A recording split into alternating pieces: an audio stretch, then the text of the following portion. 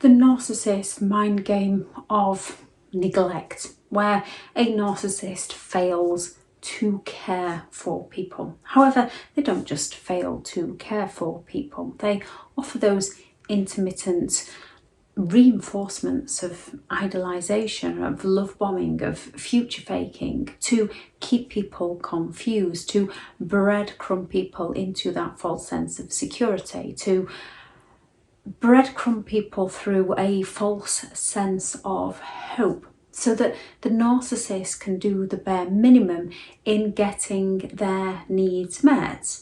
And the narcissist can also in one way make you feel like you're turning narcissistic as you're trying to gain the attention from them. Narcissists withhold attention, affection and support to destroy who you are as a person, to destroy your confidence, to destroy your self-belief, to destroy your self-esteem, so that you no longer feel worthy, you no longer feel enough. Not only do they withhold these things, when they get you chasing them, they reward you with those intermittent reinforcements when they play nice. So you don't question who they are as a person, you question who you are as a person, which plays straight into the narcissist mind games. This video is about the narcissist neglect. Thank you very much to all the returning subscribers and your continued support with the channel.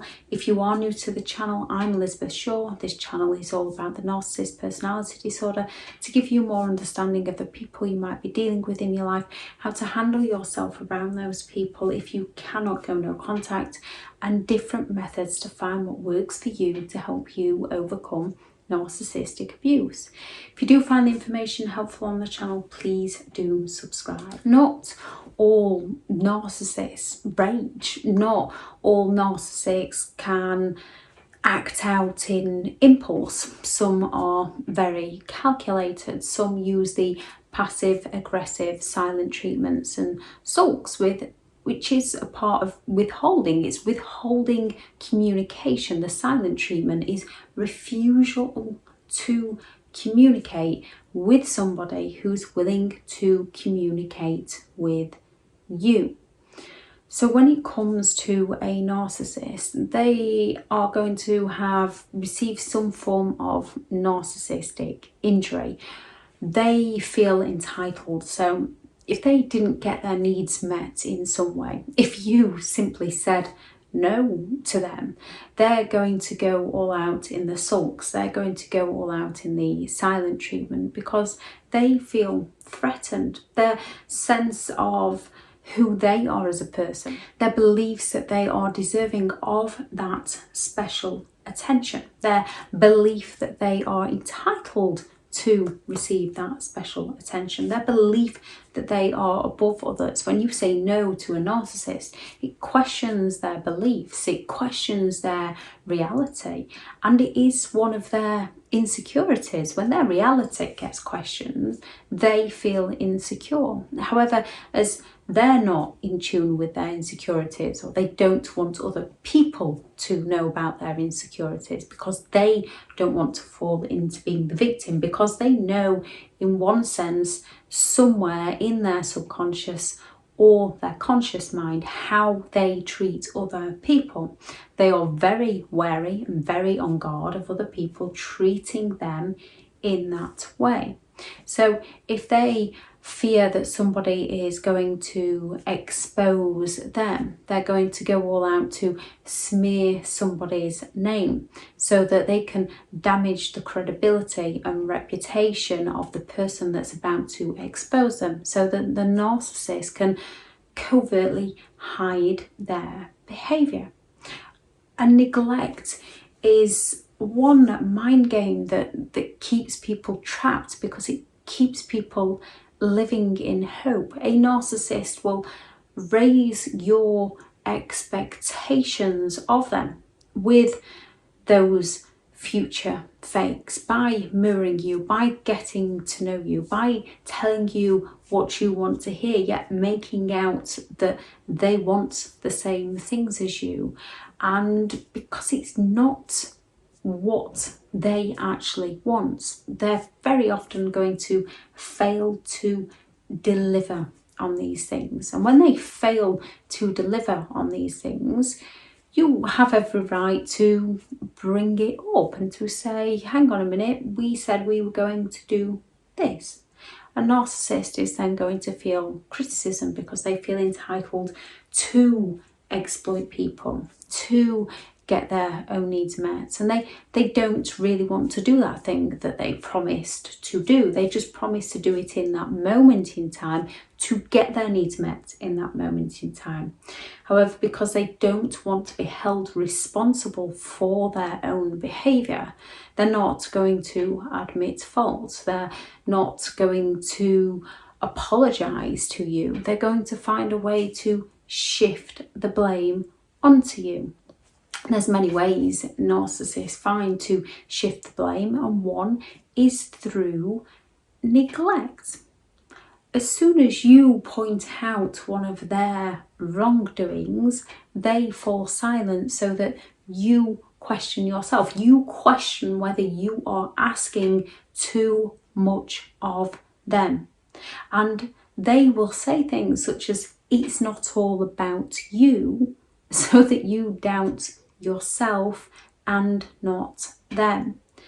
They are that self-entitled hypocrite. So if you try to explain your point of view to them, they're not interested in your point of view. They are only ever interested in their own point of view, their own reality, their own story. So as soon as you try to explain your point of view to them, that self-entitled hypocrite within them is going to come out, and they're going to say things like, you're hung up on your past. Why do you keep bringing up the past? Yet, if it suits them with their selective memory, they can bring up the past. They can turn around to you and say, what about when you did this? Even if it's completely irrelevant to the topic of conversation you are discussing in that moment of time, they will bring it up to confuse you, to hurt you. The thing with narcissists is, especially if it's our parents, we have a assumption in society that our parents are going to be there for us. We can question if we're a narcissist because we can have that ideal of what a parent would be like for us. Only just like a parent doesn't always get the child they dreamed of, they get the child they were given.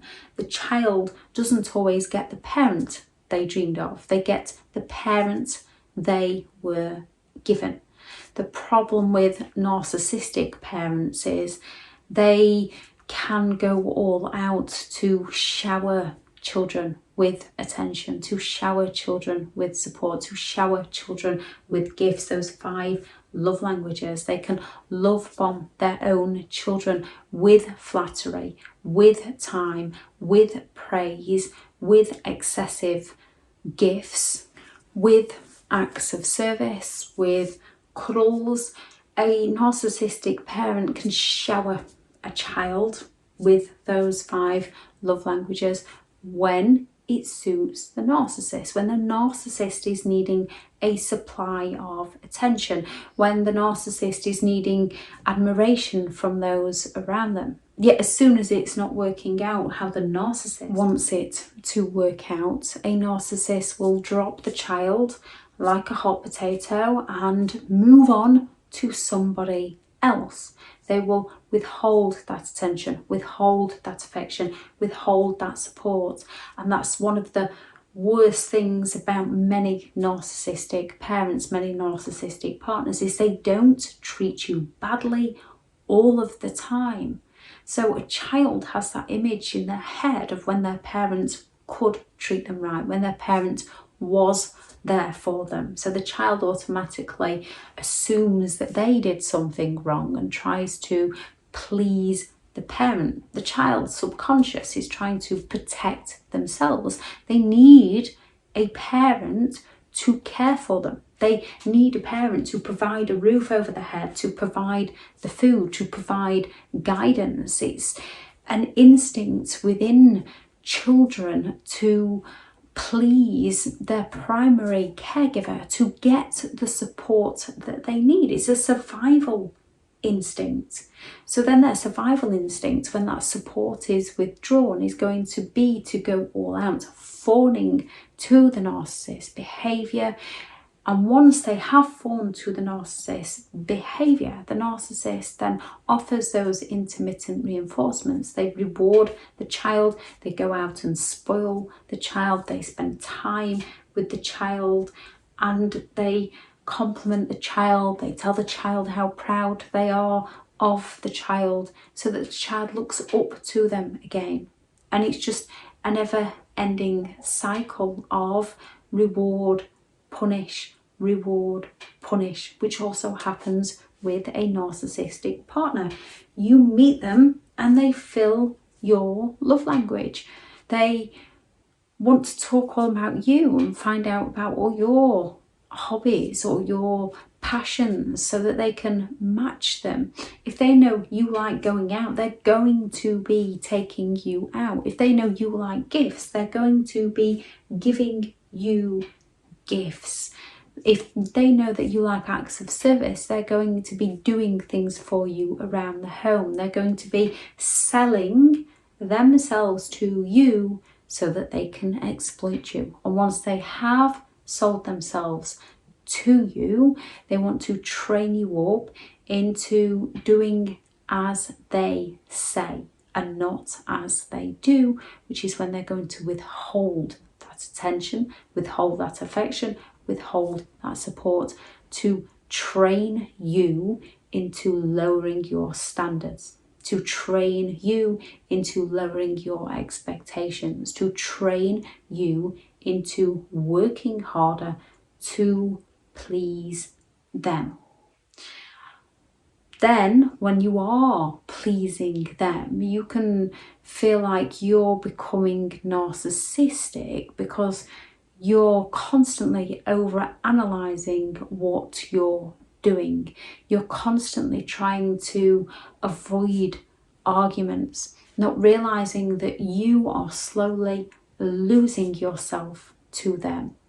Somebody who genuinely cared for you would not neglect you. Somebody who genuinely cared for you would want the best for you. Someone who genuinely cared for you would communicate with you. They would say, I'm just busy, I've got this on at the moment, I love you, but I really need to get this done. Can it wait? And if it can't wait, then they would put it off and try to work through issues with you. A narcissist is going to be busy getting you to fix all the problems within the relationship while distracting you from the fact that they are the ones creating all the problems within the relationship.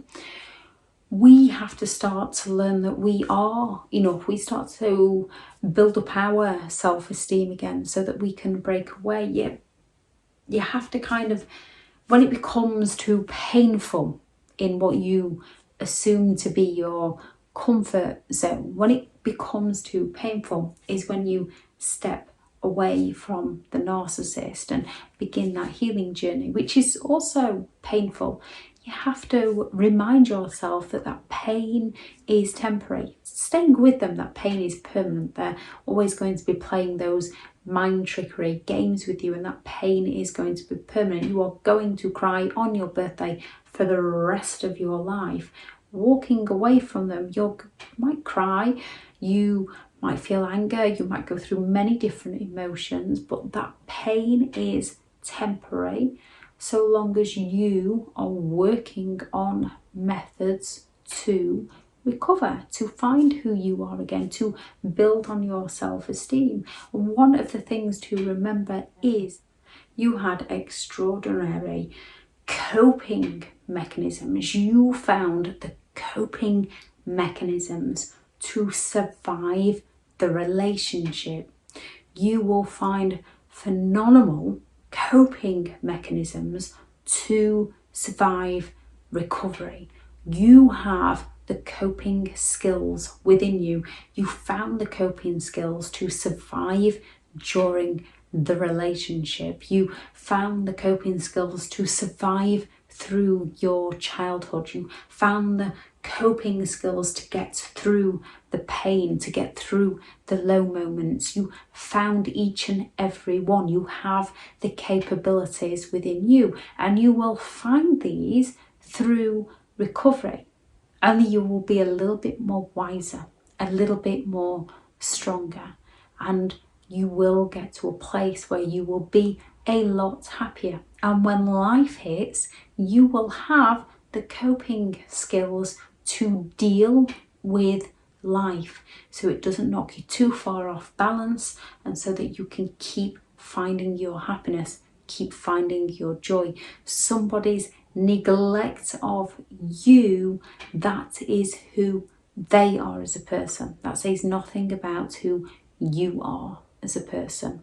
If anyone has anything that they would like to add, please add those thoughts into the comments. Thank you very much for listening.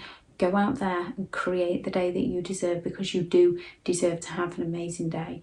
Bye.